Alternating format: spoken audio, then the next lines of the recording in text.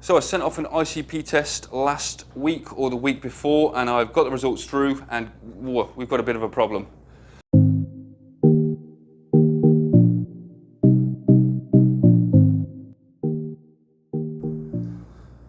What's up guys, it is Nano Tank Reefer here. Thanks for joining. Today we're going to do an update on the Red Sea Reefer 250. There's a fair bit going on with the tank at the minute. And I just want to keep you guys up to speed as to what's gone on and what is going on with the tank. First things first, we had a bit of a problem last week. I was working from home and all of a sudden the emergency overflow started absolutely pounding. Let me move this out of the way. The emergency overflow, which it normally sits around this height here, which is about ½ inch from the top of the emergency overflow, started absolutely gushing water down there, and I didn't really know what was going on. So my first instinct was to come over and open up this valve here. I kept opening it and kept opening it until a point where it was fully open and there was still no water really coming down this main drain line here. I thought maybe this was broken. It was either this that I thought was blocked or the Clarisea. Turns out it was the Clarisea that was blocked, and actually it wasn't a major issue and quite a quick fix. Those that don't know, the Clarisea has actually been installed for maybe about a year now, and in that time I've never actually cleaned it out, like properly cleaned it out. The main body of it, I obviously I switch out the rolls, the sheet rolls every, I don't know, every 3 months maybe, although this one's not lasting as long, and I'll let you know why that is later on. So yeah, I usually switch out the roll every 3 months, and I never actually clean out the body, and I still haven't actually cleaned out the body of the Clarisea, but I did clean out this part here. Right, let me switch it around a little bit. Let me move this round, move these out of the way, and I'll let you know briefly how it works. So basically how it works is drains from the tank, comes down here through this gate valve. This is how I alter the level of the weir. Comes through down into this pipe here, and this pipe goes into a 90-degree elbow, which then goes into the Clarisea. And I'll probably put a picture of the part that was clogged, but it was this part here, this part, and it's basically just a PVC tube with slotted holes in it, and that allows the water to go into the filter chamber and then seeps through the filter. That actually clogged. So yeah, it had a year's worth of crap in there, and I'd never actually thought about clearing it out. Finally got it out. I had to do it on my lunch break because I mean I was working and it was all coming down the emergency the overflow. So what I did is I just pulled this pipe out here, which goes into the elbow, so it wasn't filtering through the Clarisea, and I had this just sat in the sump, and it was just going into the sump rather than through the Clarisea, not filtering it out. But that was fine. I only left it for a good, I don't know, 3-4 hours like that. So it wasn't the end of the world until I got time to take this apart, which was a bit of a pain in the ass to do, and clear it out. Like I say, it was absolutely clogged full of crap. I don't know what it was in there, to be honest. It was like fish crab, it was sand, just build-up of stuff from the last 12 months. So I think that is part of the issue that I've been having with high nutrients in this tank. It's definitely not the main factor of why my nutrients have been high, but I can imagine it's a contributing factor. So I'm hoping that now that this has been cleared out, nutrients should start coming down on their own. But I am actually starting to dose Aquaforest Nitrophos Minus. I started dosing that about a week before this clogged, so about 2 weeks now, and I'm dosing 6 mil a day on Nitrophos Minus. A couple of reasons behind it. Some of my SPS were browning out. I was getting a bit of algae in the tank. Some of the corals weren't looking happy, but I found the main reason why some of the corals aren't looking happy, and I'll go through that in a minute. That, and I mean, I was getting really good tests of nitrates at about 25 parts per million. Phosphates were at, I mean, they hit a peak when I had the the copper band, they hit a peak of about 0.17 or 0.18, something like that. But I've managed to get that down using the NIOS torque reactor anyway. Nitrophos minus is only for the nitrates that I'm trying to get down.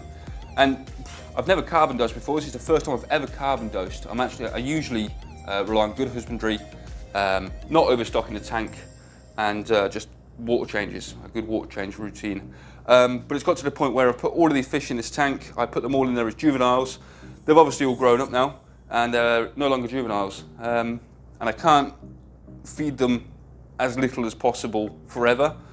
So this is my, basically it's just putting a band-aid on it. I don't plan on always carbon dosing. The next tank I have, I will stock to the point where I shouldn't have to carbon dose. But it's working. To be honest, it's brought the nitrates down from 25 parts per million. They're currently sat at 5 parts per million, and the tank is looking better for it. I'm having to clean the glass less. The corals are starting to perk up a little bit, although there's a couple in there like this, tenuous here, that started to brown out. That was the main reason I started to carbon dose, to be honest, because I saw that one was browning out. It was the only one that was really looking like crab. So I thought, you know what, it's about time. So that one started to brown out and hasn't and won't colour up for a good while yet. But everything else is looking pretty good. So yeah, Clarisea cocked up, although that's fine now. And actually, now I've found out, now I've cleared this out, the level in the weir is a lot more stable now anyway. I will actually pull out the Clarisea and give it a bloody good clean at some point in the not so distant future. One thing I'm noticing, while I'm carbon dosing, is there's like a film. I mean, I've just cleared the sump out a little bit, to be fair, but I'm noticing like a film of like, it looks like snot on my water. And you can see it probably around there somewhere. I'm not sure if that is because of carbon dosing, and also the Clarisea isn't lasting as long as it did. This is about a month in, and I suppose maybe it's probably lasting about the same time. I just feel like it's going through a lot quicker. And also, the stuff that's coming out of this skimmer, it's pulling out some absolute crap at the minute.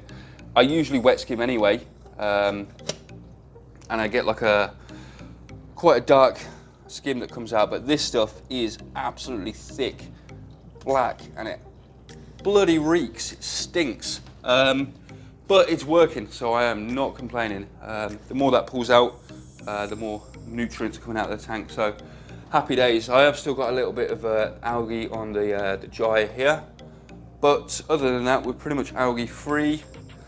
Aptasia, I did mention in my last update I had some Aptasia. I did get rid of all of the Aptasia, and lo and behold, behind this, you can't see it, but there is some Aptasia just behind that orange spot plenty there. Algae, I'm getting a little bit on the rocks, but that blenny is pretty good at nipping it off the rocks. So I sent off an ICP test last week or the week before, and I've got the results through, and whoa, we've got a bit of a problem. So I knew there was a bit of an issue in the tank. I wasn't sure what the issue was. Some of the Euphilia weren't looking as great as they have been, and I mean, this Duncan, I've lost two, let me try and spin this round, 2 heads of Duncan, and you know when you lose Duncan corals, you've got an issue with something. So that's what spurred me on to send off an ICP test. Let me try and spin this around a little bit again. So yeah, I sent off the ICP test, got the results back, and I will show you. Let me try and bring this laptop over here. 1 second. Right, I don't know if you'll be able to see or how well you'll be able to see it, because it's a crappy old laptop. But everything is great, literally everything is great, except for magnesium. So magnesium, my magnesium tested at 1727 milligrams per litre, which is parts per million. Obviously, I'm not aiming for that. I'm aiming between 1320 and 1500. Generally, I keep this tank at about 1400 parts per million on magnesium. But the problem with that is finding a test kit that's reliable and accurate at that sort of level, because it's sort of the top end of what you'd keep it at, is impossible. So generally I don't test magnesium. I know I should, but I haven't been testing magnesium, and I just go on the basis that I dose 3 parts, Aquaforest Components 1, 2 and 3, and I dose them in equal amounts. So I just assume that it's correct, and I send off an ICP test every 3 months. And that ICP test is sent without fail. I always send them every either 2 or 3 months. 3 months at the latest. And that is just so I can pick up stuff like this, stuff that I don't test for. Everything else is great, iodine's great. There's a small increase in potassium. Potassium's a little bit on the high side, but everything else is great, except for magnesium. So the plan of action is water changes. I've done a water change on Sunday, 20% water change on Sunday. I've done another 20% water change on Wednesday, which was 2 days ago. I have turned off component 3. So you can see component 3, they normally dose at an equal level. Component 3 is still full. I won't be dosing magnesium again until I've sent off another ICP test and I've finished doing my course of water changes. So as I say, I'm going to do 2 water changes per week, one every Sunday and one every Wednesday.